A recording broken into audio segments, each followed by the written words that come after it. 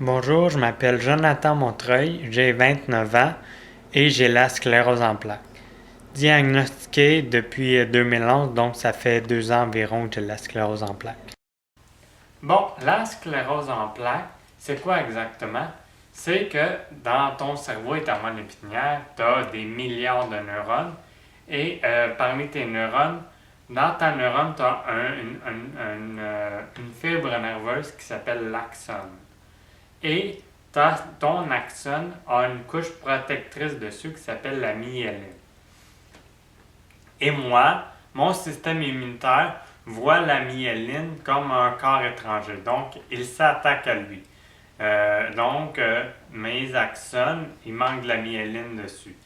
Et c'est ça qui fait les plaques dans mon cerveau parce que quand je fais une imagerie par résonance magnétique, quand je suis couché, puis ensuite on voit mon cerveau avec mon médecin, on voit qu'il y a des plaques à des endroits et moi j'en ai quand même plusieurs. Donc c'est ça un peu la sclérose en plaques en gros. Puis il y a deux formes de sclérose en plaques. Il y a la poussée-rémission, c'est-à-dire que tu vas bien et tout d'un coup tu as une poussée. Donc, tes symptômes apparaissent et s'agrandissent. Donc, là, tu vas mal ce temps-là. Mais tu reviens ensuite, après 1 ou 3 mois, à ton niveau. Et l'autre forme, c'est la progressive. C'est-à-dire que tu descends toujours un peu jusqu'à un certain niveau bas par la suite. Donc, c'est ça les deux formes. Moi, je pense personnellement que j'ai la forme, la sclérose en plaques, poussée, rémission progressive, agressive. Mon médecin n'est pas sûr, c'est pas une forme qui existe, mais moi c'est ça que je pense que j'ai. Si mon explication est tout croche, vous pouvez aller sur Wikipédia pour avoir plus d'informations, écrire sclérose en plaques. Wikipédia, c'est un nouveau site, je ne sais pas si vous connaissez. Il y a plein de choses là-dessus, plein d'informations. Mais la seule chose qu'il n'y a pas, c'est l'âge de Jan Englund. Écoute, le gars, il jouait dans Watatata, c'était un ado. Puis là, maintenant, il fait encore des émissions pour enfants. Il a quel âge, ce gars-là? 22 ans? 48 ans? Hein? Who knows? La sclérose en plaques, c'est une maladie pas mal incertaine. On n'en connaît pas nécessairement la cause et on n'a pas de moyen de la guérir. On peut juste soulager les symptômes qui, pour moi, fonctionnent semi-bien. Donc, je ne sais pas si je vais travailler encore dans 5 ans. Je ne sais pas si je vais être en chaise roulante dans 1 an. Je ne sais rien du futur. Et ça aussi, ça me donne du stress. Je ne sais pas ce qui va arriver avec ma vie, si je vais être capable de bien la vivre ou si je vais être un infirme, un handicapé. Donc ça me donne beaucoup de stress. Puis je ne sais pas ce qui va arriver. Go! J'ai une canne pour me déplacer. Je ne l'utilise pas souvent parce que je suis pas je suis mal habile avec. Je sais pas trop. Surtout maintenant avec ma jambe qui flanche tout le temps. Je sais que quand je mets la jambe gauche, justement, je dois mettre ma canne. Mais j'ai l'impression de ne pas aller assez vite quand je me déplace avec ma canne. Et l'autre chose que j'ai pour me déplacer, eh bien, c'est un fauteuil roulant que j'utilise rarement parce que, au Québec, l'hiver, c'est pas facile de se déplacer en fauteuil roulant. Donc, ça fait pas longtemps que je l'ai. Le fauteuil roulant, par exemple, hier, on est allé à la place Rosemère et pour aller dans un centre d'achat, rester debout tout le long, je ne serais jamais capable de faire ça.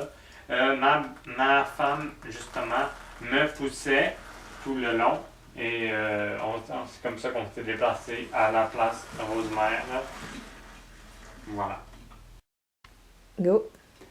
Mes nombreux symptômes reliés à la sclérose en plaques, parce que comme j'ai dit, c'est tout mon corps qui est affecté. Premièrement, on va y aller de la tête aux pieds. Mon œil droit, je vois plus grand chose avec. Je vois les formes et les couleurs, mais très pâles.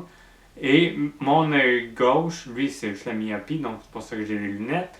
Donc quand je regarde avec mes deux yeux, c'est un peu dédoublé, mais pas tant que ça. Toutes mes activités, je peux les faire normalement. Ensuite, je m'étouffe souvent, soit des fois juste avec un verre d'eau, et des fois juste avec ma salive. Je m'étouffe fort, et ça arrête là. Par la suite, ben, je suis moins fort, je suis très moins fort de tout mon corps. Ma force a vraiment, vraiment diminué. Euh, c'est- mais c'est ça, comme j'ai dit, c'est les jambes le plus grand problème. Euh, Par exemple, là en ce moment, avec mes jambes, c'est pas moi qui fais ça, c'est juste mes réflexes sont ultra vifs. Donc là en ce moment, je fais absolument rien, je vous parle, puis c'est pas moi qui shake mes jambes, c'est qui shake tout seul. Quand je vais au médecin, puis elle me donne un coup sur le genou, ça part vraiment vif, mes réflexes sont ultra vifs. C'est ça. Puis pour autres symptômes, c'est ça. Dans le fond, c'est la marche, c'est ma plus grosse difficulté. Parce que, j'ai de la misère avec mon équilibre et avec ma jambe maintenant qui est vraiment difficile de vivre avec. Je marche vraiment.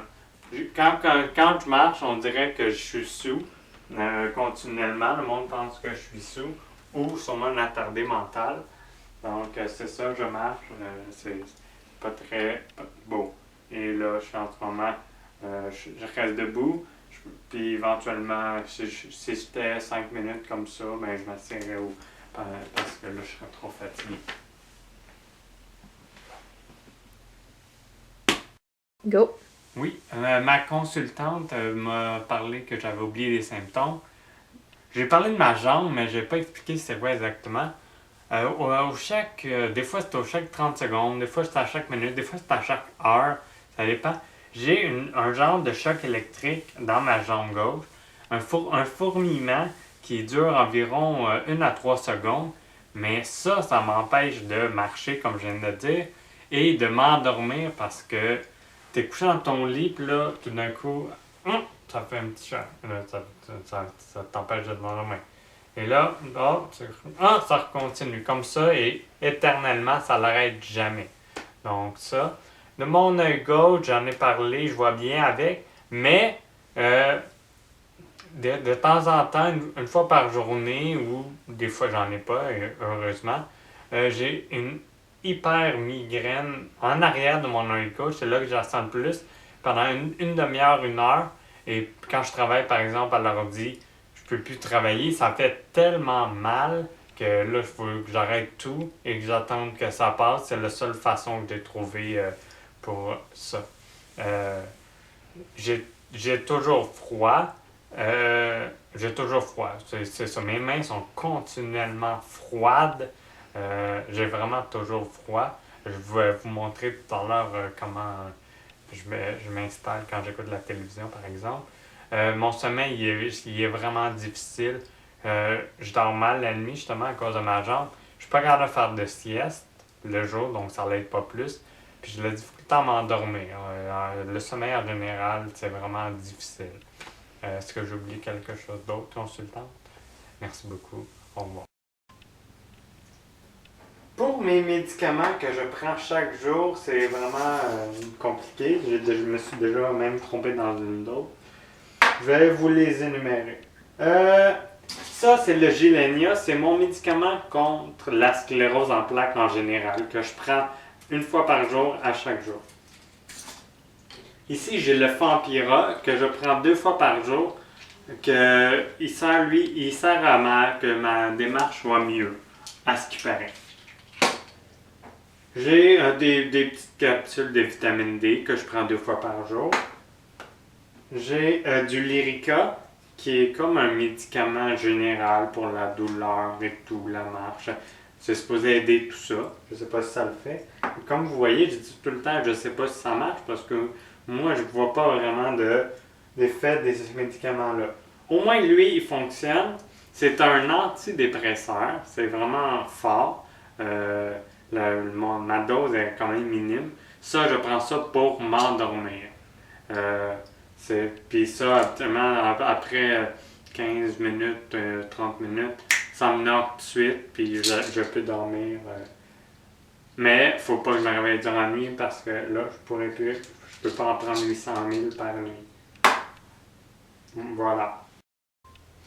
Puis d'autres choses que dans la salle de bain, le CLSC m'a donné un petit banc de douche, mais il en restait plus, fait qu'ils m'ont donné un banc de bain que je prends jamais de bain, parce que ce banc-là ne rentre pas dans ma douche. Donc c'est ça, je m'en sers pas beaucoup. Ma douche est très petite, une chance, parce que quand je prends ma douche, je peux m'appuyer sur les murs de temps en temps pour être sûr, parce que une douche, tu restes debout légèrement longtemps, donc je peux m'appuyer sur les murs. Et c'est ça. Et avec la sclérose en plaques, j'ai perdu toute masculinité. Je sais pas trop comment dire. On va essayer de te tasser par là. J'ai perdu toute masculinité parce que, et oui, maintenant je fais pipi tout le temps assis. Parce que me tenir debout pour faire pipi, c'est très difficile. Donc c'est ça. Je suis plus fort comme je viens de dire, donc je fais plus grand chose. Je fais pipi assis et le grand affaire, je prends ça aussi.